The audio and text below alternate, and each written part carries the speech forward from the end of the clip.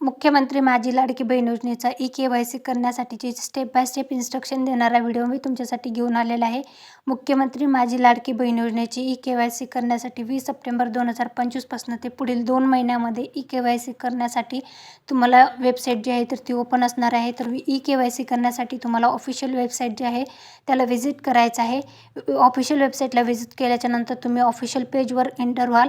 त्यावर गेल्याच्यानंतर तुम्हाला लाभार्थी आधार क्रमांक व पडताळणी संकेतांक कोड नमूद करा.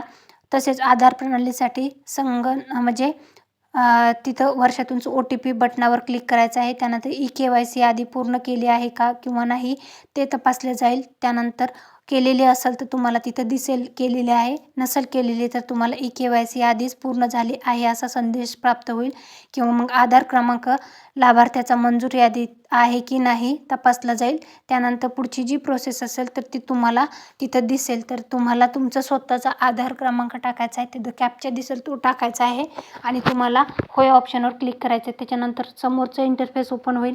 त्यानंतर आधार क्रमांक मुख्यमंत्री लाडकी बहीण योजनेसाठी पात्र यादीत नाही असा संदेश येईल. त्यानंतर लाभार्थ्याच्या म्हणजे मोबाईलवर प्राप्त झालेला OTP जे आहे स्क्रीनमध्ये टाकून सबमिट बटनवर क्लिक करायचं आहे. सबमिटवर क्लिक केल्याच्या नंतर ई-के.वाय.सी पृष्ठ पती किंवा वडिलांचा आधार क्रमांक टाकायचा आहे. त्यानंतर कॅप्चा टाकायचा आहे. त्यानंतर तुम्हाला सेंड OTP या बटनवर क्लिक करायचं आहे.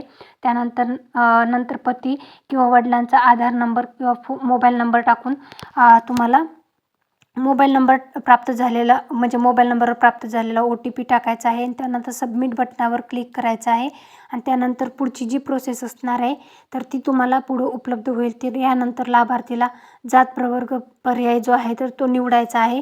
ही जी ई-के.वाय.सी आहे तर ती ज्या महिलांना यानंतर मुख्यमंत्री माझी लाडकी बहीण योजनेचा लाभ घ्यायचा आहे त्यांच्यासाठी हे कंपल्सरी असणार आहे.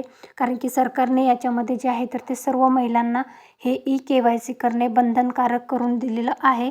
तर त्यानंतर तुम्हाला जात प्रवर्ग निवडायचा आहे. त्यानंतर तुम्हाला पुढची जी प्रोसेस आहे तर ती टाकायची आहे. माझ्या कुटुंबातील सदस्य संख्या जी आहे तर ते तुम्हाला ऑप्शन निवडायचे आहे. इथं माझ्या कुटुंबातील केवळ एक विवाहित आणि एक अविवाहित महिला लाभ घेत आहे की नाही ते सांगायचं आहे. नंतर चेकबॉक्सवर क्लिक करून सबमिट बटनावर क्लिक करायचं आहे आणि ई-के.वाय.सी कंप्लीट झाल्याच्या नंतर तुम्हाला सक्सेसफुल तुमची ई-के.वाय.सी पडताळणी यशस्वीरित्या पूर्ण झाली आहे असा संदेश येईल. आणि त्यानंतरच तुम्ही समजून जायचं आहे की तुमची ई-के.वाय.सी जी आहे तर ती पूर्ण झालेली आहे. तरी तुम्ही घरच्या घरी मोबाईलवरनं तुमची महिलांची म्हणजे घरातील सर्व सदस्यांची जी आहे ई-के.वाय.सी करून बंधनकारक आहे. ज्या महिलांना मुख्यमंत्री माझी लाडकी बहीण योजनेचा लाभ घ्यायचा आहे त्यांच्यासाठी आलेलं हे महत्त्वाचं अपडेट आहे. माहिती आवडल्यास व्हिडिओ लाईक करा. Thanks for the watching.